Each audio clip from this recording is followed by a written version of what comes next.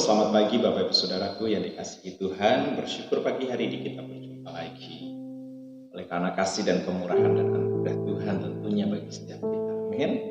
Sebab itu saya mengajak Bapak Ibu Saudara untuk bersama-sama kita mengambil saat teduh sejenak. Kita berbicara dengan Tuhan secara pribadi melalui doa. Kembali kami datang dalam hadirat. Kami rindu Engkau, kami rindu jamaah. Kami rindu untuk duduk diam di hadirat-Mu untuk menyembah, mempermuliakan nama-Mu ya Allah. Bersyukur buat pagi hari ini kepercayaan yang Kau berikan atas kami. Kami boleh kembali menjalani kehidupan kami di hari yang baru. Apapun keadaan kami hari ini, kami mau berkata Tuhan Yesus baik. Engkau sangat baik. Mari bersama-sama Bapak Ibu Saudaraku yang dikasihi Tuhan, kita menaikkan pujian sungguh besar setiamu. Sungguh besar setiamu, nyata di sepanjang hidupku. Darah-Mu telah layakkan kehidupanku. Tiada kata yang bisa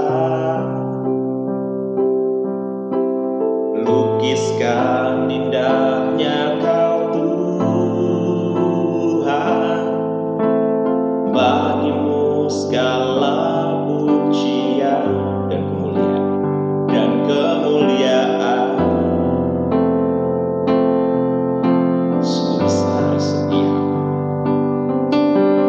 sungguh besar setiamu. Oh, nyata di sepanjang hidupku. Darah-Mu telah layakkan kehidupanku.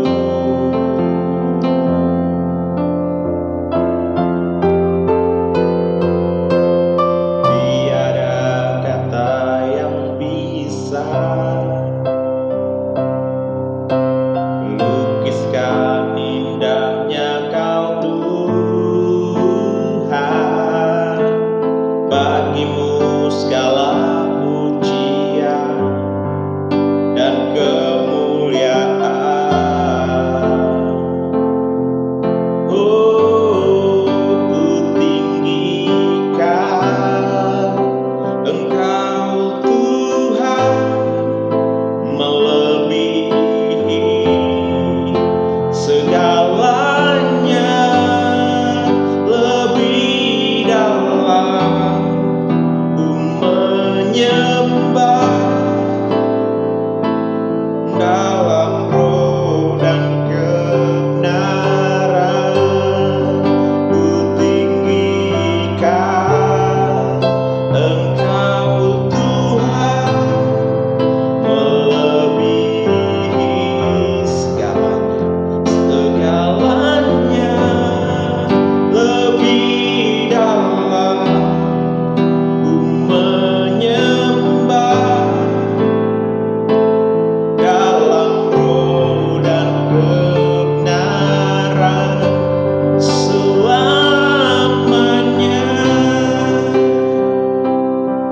Oh,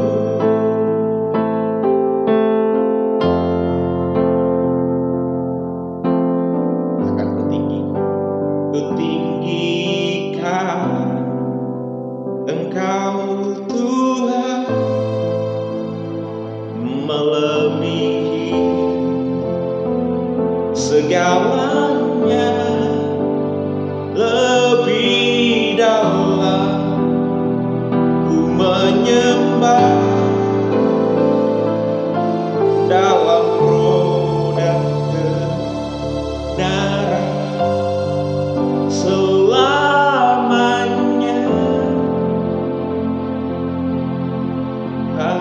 Yesus, bersyukur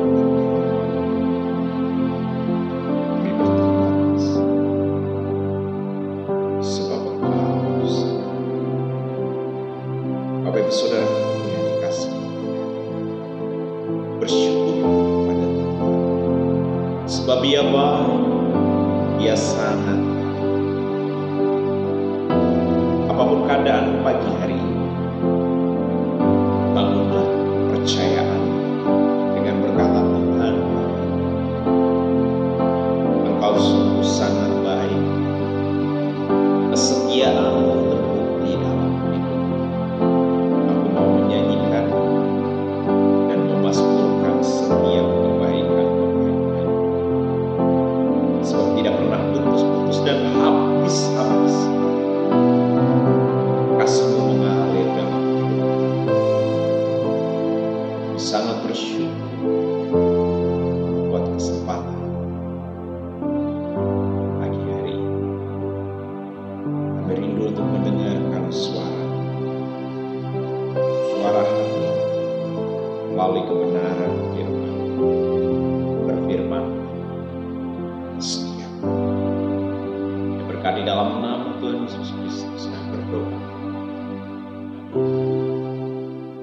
Ya, selamat pagi Bapak Ibu Saudaraku. Kita akan membuka Alkitab kita di dalam kitab Mazmur pasal yang ke-14 ayat 1 sampai ayat yang ke-7. Ya. Mazmur pasal 14 ayat 1 sampai ayat yang ke-7.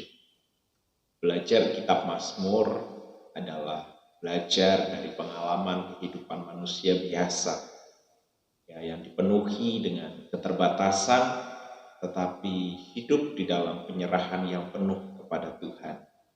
Kita bisa melihat bagaimana titik kelemahan, kehidupan, kesadaran akan dirinya sendiri, kekurangan, keterbatasan-keterbatasannya. Dan kita belajar bagaimana pemazmur belajar untuk hidup bersama dengan Tuhan di dalam segala keterbatasannya. Dan memang bukan hal yang mudah untuk kita belajar dari para pemazmur ini. Secara khusus kita sedang belajar dari kehidupan seorang pemazmur bernama Daud. Ya, kehidupannya penuh dengan pergumulan, tetapi kita melihat bagaimana kehidupannya dipenuhi dengan kemenangan. Lalu kita membaca kitab Mazmur dan kehidupan tentang Daud. Wah, kalau kita lihat sejarah kehidupannya, dia bisa menjadi raja yang besar, dihormati, disegani, tetapi ternyata di balik kebesarannya itu ada sebuah pergumulan yang besar juga yang harus dia hadapi. Nah, begitu juga atas hidup kita. Kita harus terus belajar menempatkan diri hidup di dalam kebenaran firman.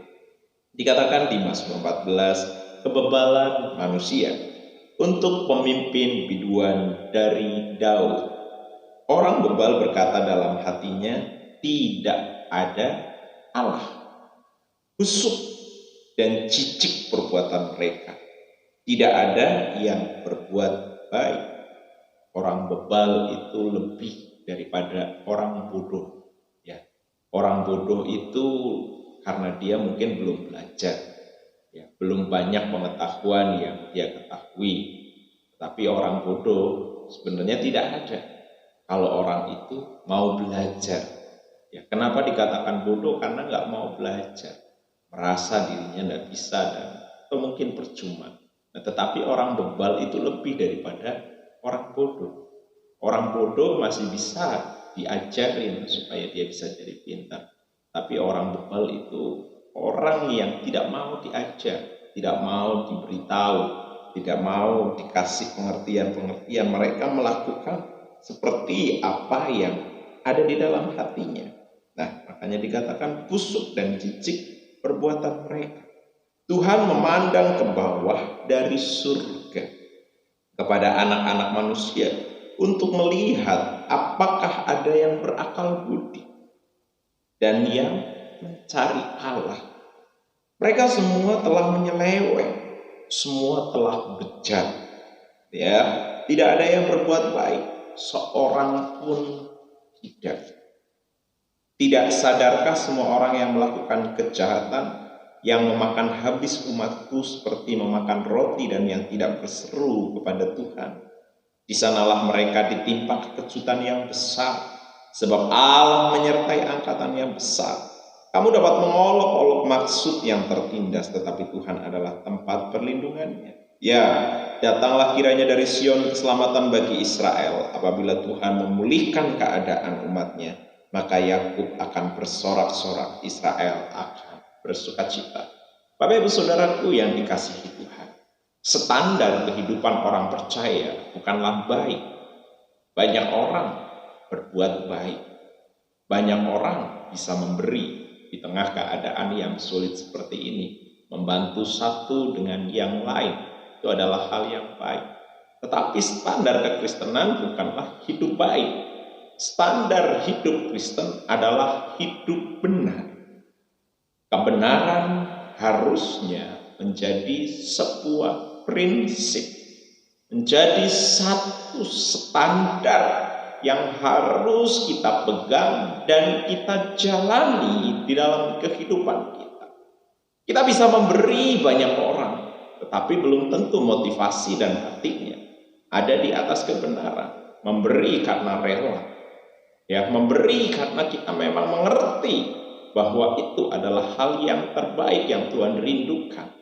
Tapi hari-hari ini ada banyak orang memberi karena ada motivasi yang lain, supaya mereka disanjung, mereka dilihat, mereka diperhatikan, mereka mendapat pujian, mereka mendapat perkataan bahwa dia adalah orang baik dan lain sebagainya. No, sebagai orang percaya, saat kita hidup di dalam standar kebenaran adalah saat kita memberi, hendaknya tangan kiri tidak melihat, tangan kanan bisa melihat, tangan kiri tidak melihat. Bapak ibu saudaraku yang dikasihi Tuhan, dikatakan di sini bahwa tidak ada seorang pun anak manusia yang berakal budi dan mencari Allah. Hidupnya menyeleweng dari jalan yang benar. Mereka tidak lagi hidup di dalam ketetapan-ketetapan Allah. Mereka melakukan apa yang mereka pandang benar menurut aturannya mereka sendiri. Nah, Bapak ibu saudaraku yang dikasihi Tuhan, memang inilah keadaan manusia. Manusia sedang membelakangi Allah. Manusia sedang melawan Allah. Kalau kita membaca kitab Mazmur pasal 14, kita juga bisa mendapatinya di dalam kitab Roma pasal yang ketiga, bagaimana semua orang adalah berdosa. Semua orang sedang melawan Allah, membelakangi Allah. Nah, tetapi Daud adalah orang yang mengasihi Tuhan. Dia belajar untuk hidup di atas dasar prinsip kebenaran. Kalau di pasal-pasal sebelumnya kita mempelajari bagaimana ada orang beribadah, mulutnya manis, pujian penyembahannya good, bagus, tetapi ternyata hatinya bercabang dua, itu ada di pasal 12. Ada orang-orang yang kelihatannya rohani, tetapi ternyata perbuatannya tidak sesuai dengan prinsip-prinsip kebenaran. Nah, ini yang perlu menjadi perenungan buat hidup kita. Apakah perbuatan-perbuatan yang kita lakukan, baik itu perbuatan baik, perbuatan yang terpuji, perbuatan-perbuatan yang manis dan indah yang dilihat orang itu, kita lakukan oleh atas dasar prinsip kebenaran. Kebenarannya adalah saat memberi, memberilah dengan tulus, tidak mengharapkan imbalan, yaitu pujian, ya, perkataan manis dari manusia dan lain sebagainya. Saat kita bisa berbuat baik, kita bisa berbuat hal yang menurut manusia itu bagus, ya, jangan kita pernah mengharapkan imbalan apapun, tapi kita melakukan segala sesuatunya dengan ketulusan, dengan kesungguhan hati, sehingga setiap jalan-jalan hidup kita adalah mencari kehendak Allah dan kesenangannya Allah. Bukan kesenangannya kita, bukan kemauannya kita, tetapi kemauan dan kesenangan Allah. Sehingga ketika kita melakukan dan mengerjakan segala sesuatunya dalam hidup kita, kita lakukan karena kita ingin menyenangkan hati Tuhan. Bapak ibu saudaraku yang dikasihi Tuhan, pemazmur hidup di dalam tekanan. Ya, kalau kita mempelajari kehidupan Daud, banyak sekali proses perjalanan yang harus dia hadapi. Salah satunya adalah ketika dia lari ke Gua Adulam. Di Gua Adulam, ketika dia dikejar-kejar oleh Saul, Tuhan tidak menghadirkan penolong-penolong orang-orang yang hebat untuk datang kepada dia. Tetapi apa yang terjadi? Yang terjadi di sana adalah Tuhan mengirimkan orang-orang bermasalah. Orang-orang yang sedang dikejar utang piutang.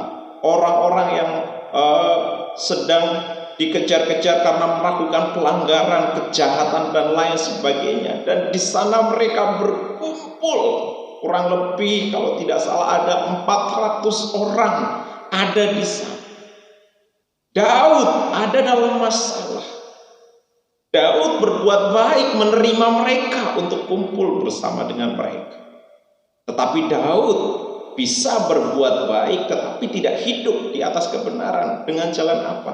Mengajak 400 orang ini yang terkenal berandalan, ya, untuk melawan Saul. Bisa saja. Atau untuk melakukan hal-hal yang lain. Bisa. Atau mungkin Daud di sana bisa juga mengeluh, bergumul atas persoalan-persoalan dalam kehidupannya. Aku ini orang yang susah begini begitu dan lain sebagainya. Tetapi Daud mengerti tentang kebenaran, bahwa orang-orang yang dihadirkan ini butuh Tuhan.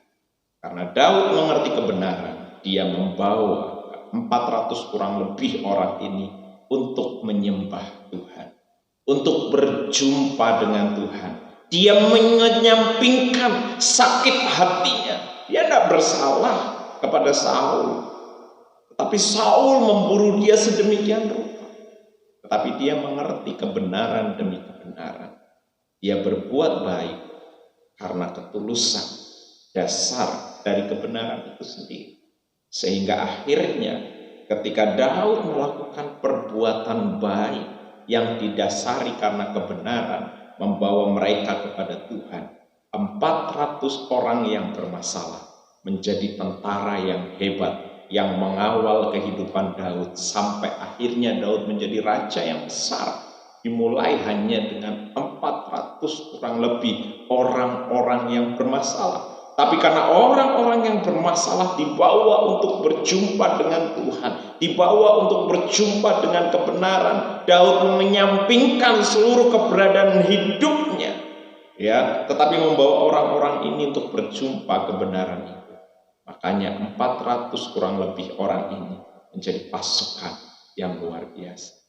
Kebenaran adalah standar kehidupan kita.